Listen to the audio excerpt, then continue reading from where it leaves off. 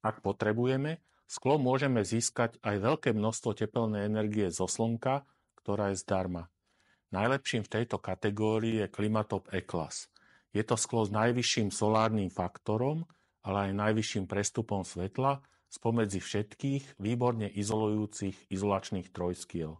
Vysoký solárny faktor znamená vysoký podiel tepelnej energie, ktorá nám prechádza do interiéru, pretože zo slnka nám prechádza nielen svetlo, ale aj teplo.